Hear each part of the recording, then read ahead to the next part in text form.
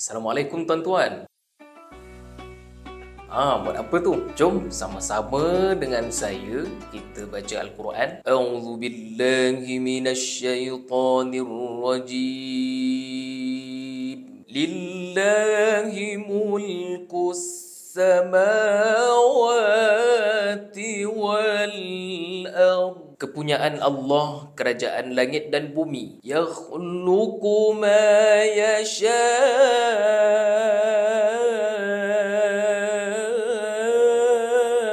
Dia menciptakan apa yang dia kehendaki. Yahabu liman yasha'u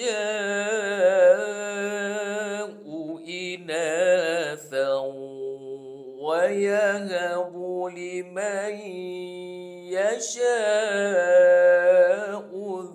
dhukur. Dia memberikan anak-anak perempuan kepada siapa yang dia kehendaki dan memberikan anak-anak lelaki kepada siapa yang dia kehendaki. Aw yuzawwijuhum dhukrana wa inatha. Atau dia menganugerahkan kedua jenis lelaki dan perempuan kepada siapa yang dikehendakinya. وَيَجْعَلُ مَن يَشَاءُ عَقِيمًا.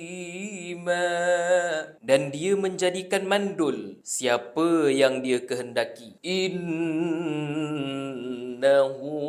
alimun qadir.